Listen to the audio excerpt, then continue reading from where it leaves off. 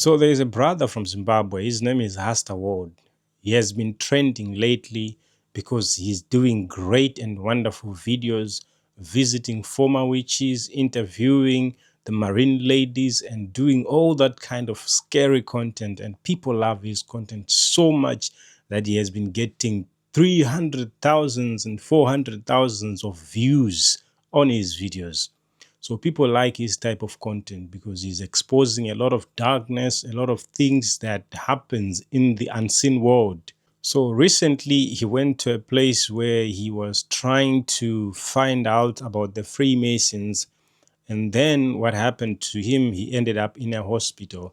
So I want to talk about his story because I was in that kind of situation before, and I just thought of sharing with him this story.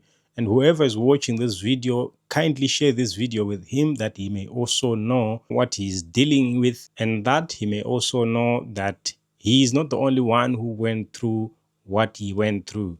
I went through that, so I'm here to share that experience with you. It's a short experience, but I want to talk more about what he is going through. So I remember growing up in Gokwe in Zimbabwe, in the Midlands province, raised by a grandmother. I remember I was a fearless boy. People would tell me that this lady was a witch and this one is a witch and this one is a witch.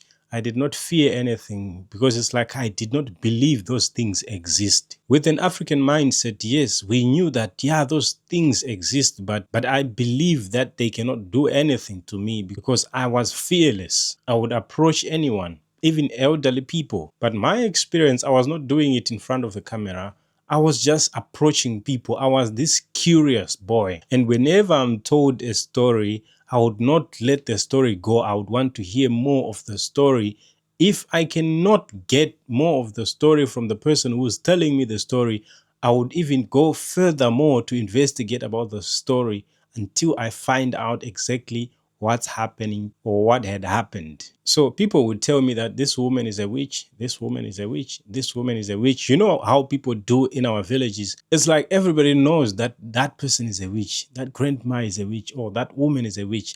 I don't know how people know that, but for some reason, everybody knows that that one is a witch. But for me, but even at school, when everybody would fear the children of those ladies whom were depicted as witches, I could not fear them. I could fight with them. I could beat them. I could do whatever. I was fearless. So I remember one day my grandmother told me a story, and her telling me the story, she thought the story was going to end there. But after she had told me the story, I went on to investigate more about the story. So here's what my grandmother told me.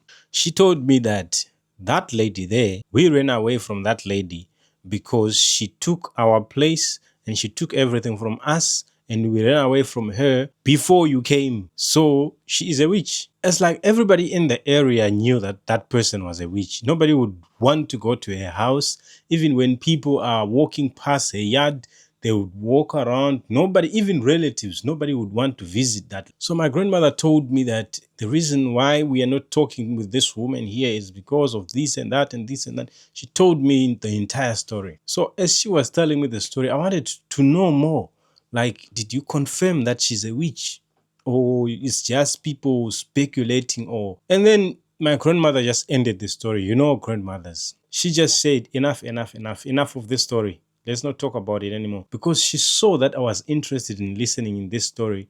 And as fearless I was, she knew that I was going to do something. Okay, let me go to what happened. I went to that lady, the one that everybody was afraid of. I sat down, I went inside her house, I sat down, she was there at her bench. She was even surprised. I was the only person who went there. But she had this kind of like, she was just a normal human being. But when I got there, I wasn't even angry about what my grandmother had told me. I felt that pity, like for her. I felt like she's just a lonely woman. So I wanted to know more of the story that my grandmother had told me, not knowing what I was doing. All right. So I asked her, people say you are a witch. Tell me everything.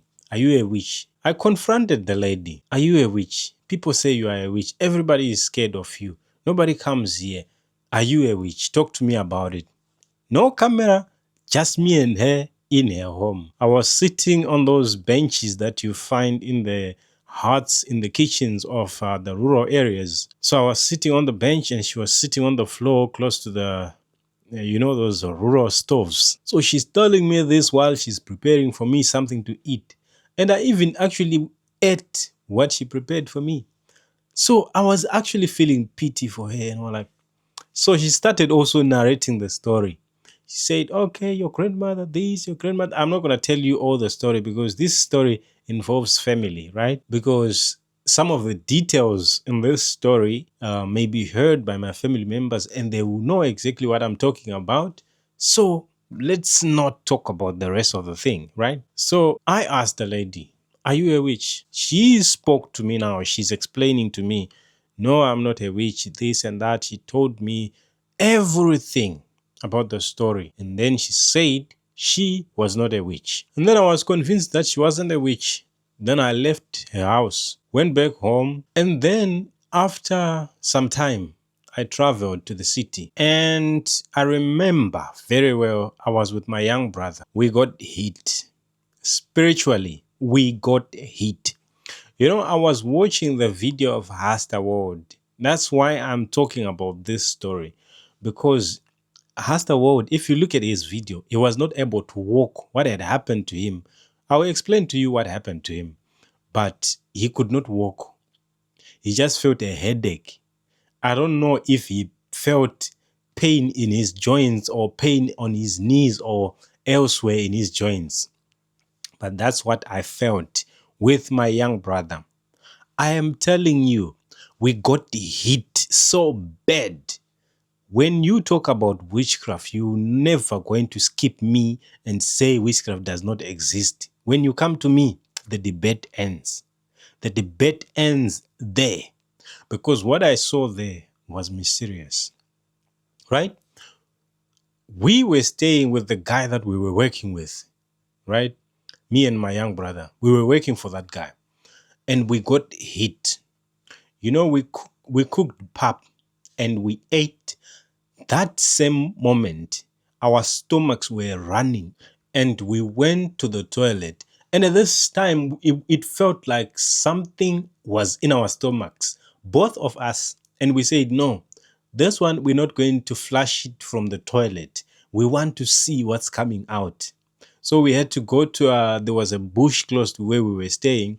So we went around the bush and then we did the business there on the ground. What came out there? Pap, exactly as it is with its vegetables and everything, not digested. I am talking about the pap that I had eaten maybe 5 or 6 minutes ago. That was the pap that was coming out there. My young brother is there bringing out his pap. I'm here bringing out my pap. Do you hear what I'm saying? Let me tell you what we were feeling before we went to do the business in the bush, right? We had problems with our joints, all of our bodies. We were so, I don't know how to explain this. I don't know how to explain this. And our joints were so painful and we could not taste anything. Either you could give me sugar, you could give me salt, you could give me piri piri or peri peri, whatever, miri piri. You could give me that. We could not taste it at all. And you know what happened? We were selling that piri piri, right? So we had a lot of it. So we poured in our vegetables. When we were growing up, whenever we would feel like that, when we were growing up, we thought maybe it's malaria. So we would put miripiri, chili powder. We would put it in our food so that if it's malaria, it would go away because of that chili powder. So we took a lot of it. We consumed a lot of it to an extent that even when you are putting it in your mouth, you are coughing because of the smell, but you cannot taste it. It's just like nothing, right? But when we went to the toilet to do the business, we went to the bush to do business. I'm telling you, our backs, I've never told anyone this story, not even a single person. I think, I think some of my family members know about this story, but even my wife does not know about this story, or even my friends does not know about this story. So, because it's a sensitive story, like here, I just shared with you a brief story about the story, because the story involves my family. That's why I'm briefing the story, right? So, when we went to the toilet, the pap was coming out exactly as it is, with its color, the vegetables, the tomatoes. You could see each and everything we had eaten 3 minutes, 4 minutes ago. The food was coming out just like that, not digested. The color has not changed. It's white pap and green vegetables, red tomatoes, everything. And we stood up there, and my brother was standing there. He's my young brother. He was standing besides me, and I was standing on the other side, looking at the job we had done, what we had laid on the ground. Sorry for this mess, but I'm trying to tell a story here. What we had laid on the ground was not normal. The pap we had eaten 5 minutes ago is the pap we were seeing on the ground, and we were puzzled, and we didn't know what was happening. Then that thing went on the whole night, but the next morning we were okay, but not feeling that okay, but we felt like something was now lifted, but that pain was still in our bodies. So I think that day we didn't go to work. Now, fast forward, somebody got possessed by a spirit while they were at prophet or a spiritualist. They got possessed. A family member got possessed. And that spirit that possessed the person said everything about what had happened to me and my young brother. They wanted to finish us. For some reason, God protected us. So it is only now that I understand that even before I was born again, God was still protecting me, because he knew the plans he had for me. So the whole story, like I'm just summarizing the story, because the story has a lot of family members involved. So to cut the long story short, we were bewitched and they wanted to kill us. But unfortunately, they failed. So when I looked at Hasta video, he visited the Freemasons and he had a headache. He just went to their door to knock, to their gate to knock. But from there, he had a headache and went straight to the hospital. I think he spent about 5 days, if not 6, in the hospital. Then when he was coming out, even his legs, he could not lift up his legs. It was so difficult. So I knew this whole thing of him not being able to lift up his legs, I went through the same thing. What they hit us with is the same thing they hit Hasterwold with. So I'm here to tell you, my brother Hasterwold, what you are dealing with is a spiritual battle. Before you engage in any of these videos that you are doing, first you need to fast. Before you go to any kind of this interview, you need to fast so that you are spiritually strengthened. You need to pray as you are going from your house till you get to the destination. Be always praying. Whatever that you are going to do throughout your video, be always praying. And also, you should meditate upon a scripture that you should always repeat whenever you are doing those kind of. Repeat it in your heart. Don't say it out loud, but repeat it in your heart. If you can, you can say it out loud. It doesn't matter, but repeat that scripture in your heart, because the Bible is a weapon itself. It fights for you. You don't have to do anything. The Bible can fight for you. That's why the word of God is called a double-edged sword. It pierces and separates the bone and the flesh. You need to be well versed. Have scriptures in your head that you can quote whenever situations like that happen, whenever you feel like you are having a headache, or whenever you feel like a situation is tense here, whenever you are seeing yourself with goosebumps, whenever you feel your hair is, just begin to quote scriptures and begin to pray. Because what you went through, my brother, was a spiritual battle. And the people you were going for, they are the highest rank among the evil groups. So what you were going for was no longer these witches or these marine ladies. You were going to higher ranks. And I'll tell you what happened to you. There was a spirit at that gate you knocked, and that spirit hit you. I'm not a prophet, I'm not prophesying, but I'm just telling you what happened. And they cursed you. That's what happened to you. And the curse landed. The reason why the curse landed is because you were not prepared.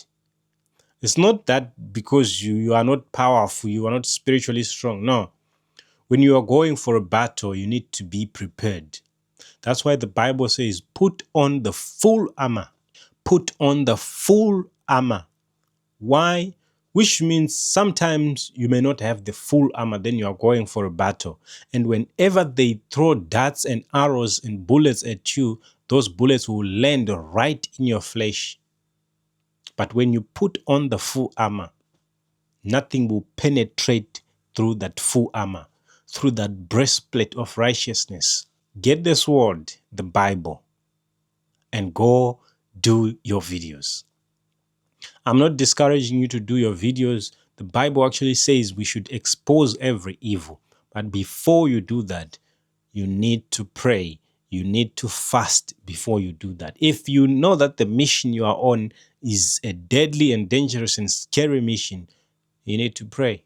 But also when you pray, you need to know that some of those people or some of those demonic people will actually not allow you to even come close to them, because of the fire that you are going to carry.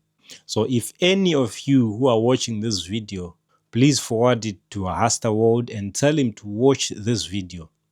My brother, what happened to you? You got hit by those guys. They have spirits at the gate. The reason why you found no security when you went to that school is because they have spirits that monitors the place already. They don't need, the cameras are just there and all the security are just there, but they have spiritual security. They don't fear anybody. Those are the highest people. And what you are dealing with, you are dealing here with powerful people, the most powerful people of Zimbabwe, even the biggest popular people who are even maybe in the politics. I'm telling you, they go to that place. And you should expect them to come to you. I'm not saying this to threaten you, but you should expect one of them to come to you to try to offer you money so that you can stop whatever that you are doing, or they will threaten you so that you can stop doing whatever you are doing.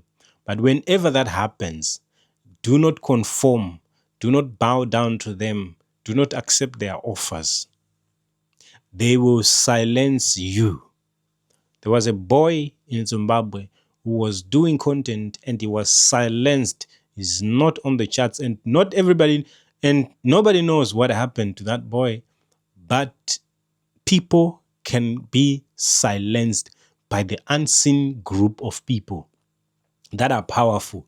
And they will never come to the public and tell people who silenced them or why did they stop. Just one word that you can say against those powerful people, they can come to you and silence you. Either they will pay you to do other business and leave internet, or they will threaten you and tell you to apologize. There's a guy here in South Africa, he's called Zero. He explained this story. He always also exposed darkness like this. But one day they got to his house. They say to him, do another video apologizing and say everything that you were saying was not true. And he did the video. So they might do that to you. Make sure where you stay, you are safe. I'm not putting fear on you, because the Bible says God does not give us the spirit of fear, because fear is faith in the negative. So don't believe in the negative, believe in the positive. Jesus Christ is your Lord. As you confessed, Jesus Christ is your Lord. So Jesus Christ is my Lord. So now my advice to you who are watching, Every time you are about to watch these kind of stories that exposes darkness, cover yourself in the blood of Jesus. Spirits are everywhere. They are monitoring everywhere. You see these computers. Why do they have windows? They have windows. What are windows for? What is a window? Window is a wind door. Wind door. So why is the computer operating system called Windows? Because it's a wind door. What is a wind? Spirit. Doors for spirits. These are doors for spirits. Spirits are monitoring people here from these screens here. So whatever you are watching, whatever you are doing, make sure you are covered in the blood of Jesus. Internet. Inter means among, right? Net. You know what a net is for fishermen. So you are the fish.